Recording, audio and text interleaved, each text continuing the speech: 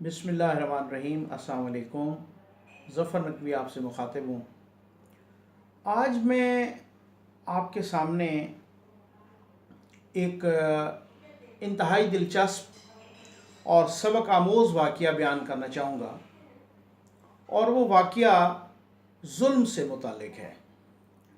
ये इंशाअल्लाह हमारे जो वाक़यात हैं इनसे आपको ये नहीं लगेगा किसी भी वाक़ये में कि ये कोई बनावटी स्टोरी होती है। ये तारीख़ के सबक होते हैं, और वो लोग जो तारीख़ के असबाक से, तारीख़ की हिकायात से, तारीख़ के किस्सों से, वाक़यात से सबक हासिल करते हैं, वो फ़र्द, वो अफराद या वो कौमें, वो कामयाब होते हैं। ज़ुल्म एक ऐसा कबीह फ़ेल है, जिस तरह से हज़रत अली ने फरमाया ना कि हुकूमत कुफ्र की चल सकती है लेकिन जुल्म की नहीं चल सकती। एक अजीम दानिशवर से किसी ने पूछा कि बताइए वो कौन सी चीज़ है जो खुदा के पास नहीं है। उन्होंने कहा जुल्म एक ऐसी चीज़ है जो खुदा के पास नहीं। ज़ाहिर है वो आदिल बादशाह है, और जुल्म अदल का बिल्कुल उलट है, तो जहाँ अदल है वहाँ जुल्म नहीं है। बहरहाल, इससे पहले एक छोटी सी बात। एक वली से किसी जालिम बादशाह ने पूछा, किसी एक वलीउल्लाह से, कि मेरे लिए आप बताइए सबसे बेहतर अमल कौन सा है। उस वलीउल्लाह ने बहुत दिलचस्प और बहुत खूबसूरत जवाब दिया उसको, जालिम बादशाह को। उस अल्लाह के वली ने उस जालिम बादशाह से कहा कि तेरे लिए सबसे बेहतर अमल सो जाना है, यानी नींद करना, सो जाना।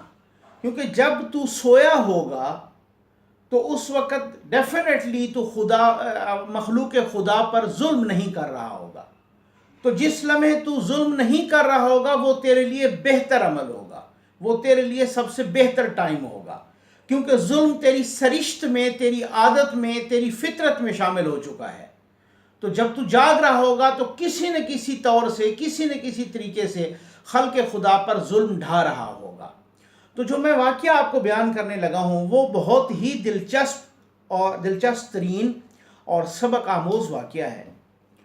एक इलाके के बादशाह ने एक दूसरे बादशाह को ख़त लिखा, और उस ख़त में एक बड़ा अजीब व गरीब सवाल पूछा।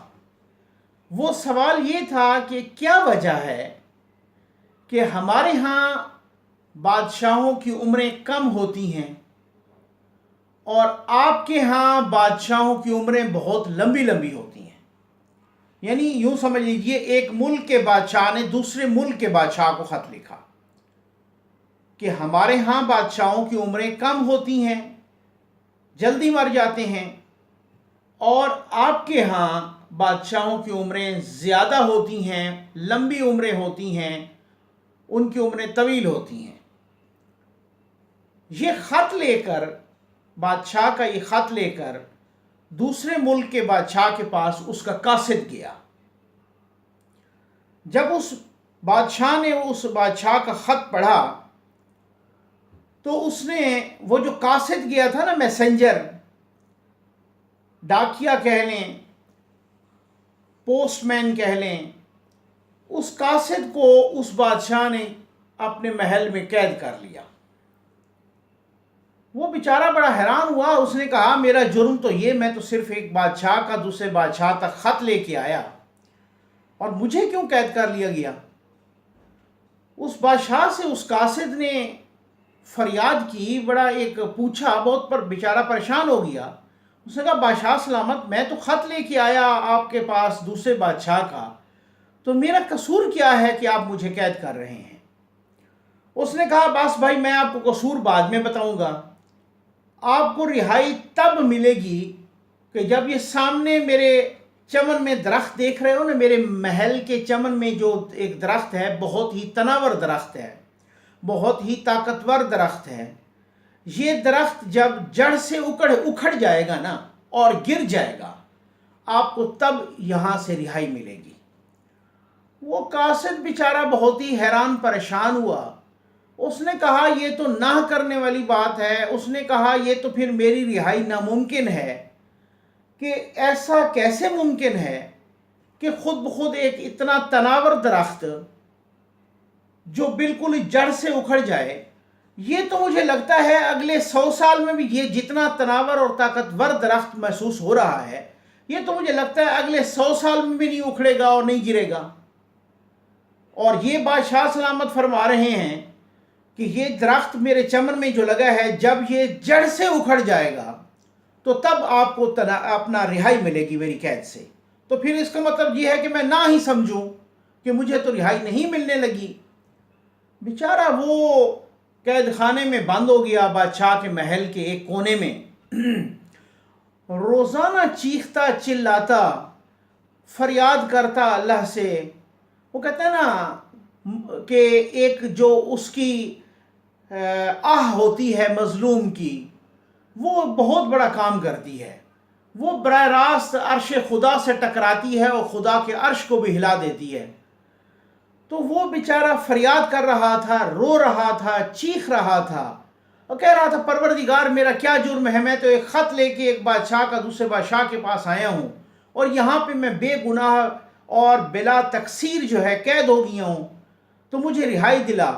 وہ چیختا چلاتا فریاد کرتا آہیں بھرتا.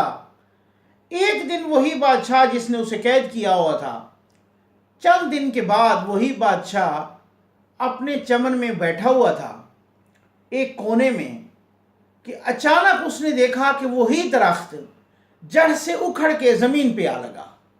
وہ درخت گر گیا. وہ جو قاصد سامنے قید خانے میں دیکھ رہا تھا وہ بہت خوش ہوا. اس نے بڑی اللہ کا شکر ادا کیا. اس کے پہلے جو غم کے آنسو تھے اب وہ خوشی کے آنسو نکلنے لگے. تو اس بادشاہ نے اس قاصد کو رہا کیا اور اس کے ساتھ ایک خط لکھ کے دے دیا. اس خط لکھ کے دے دیا اور اس بادشاہ کو، جس بادشاہ نے پہلا خط لکھا تھا، اور اس سے یہ پوچھا تھا کہ کیا وجہ ہے کہ ہمارے ہاں بادشاہوں کی عمریں بہت کم ہوتی ہیں، جلد مر جاتے ہیں، اور آپ کے ہاں بادشاہوں کی عمریں بہت طویل ہوتی ہیں، بہت دیر سے مرتے ہیں. اس کی وجہ کیا ہے؟ اس بادشاہ نے اسی خط کے بیک پر، اسی یعنی کاغذ کے بیک پر دوسری سائڈ پر اس کا جواب لکھا اور کہا کہ بھائی اس کی وجہ یہی ہے، اپنے قاصد سے پوچھئے، میں نے اسے قید کیا، یہی سارا ماجرا لکھا. چند دن کے بعد درخت اکھڑ کے زمین پہ آ لگا. کہتے ہیں جب ایک مظلوم کی آہ اتنے تناور درخت کو، مضبوط ترین درخت کو جڑ سے اکھاڑ کے پھینک دیتی ہے، تو کیا وہ اس مظلوم کی آہ اس بادشاہ کی عمر کم نہیں کر سکتی جو اس پہ ظلم کر رہا ہوتا ہے؟ تو واقعی ظلم ایک قبیح فعل ہے.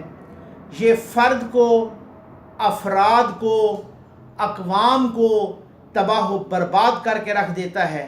یہ اور بات ہے کہ اگر کسی کی خدا رسی ڈھیلی کرے، اس کی رسی دراز کرے، اس کو مہلت دے، جیسے فرعون کو بھی دی، جیسے قارون کو بھی دی.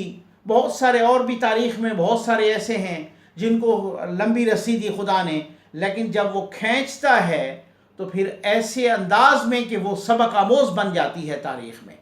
وہی ساحر لدھیانوی نے جیسے کہا ہے، کیا خوبصورت بات کی ہے کہ ظلم پھر ظلم ہے، بڑھتا ہے تو مٹ جاتا ہے، خون پھر خون ہے، ٹپکے گا تو جم جائے گا.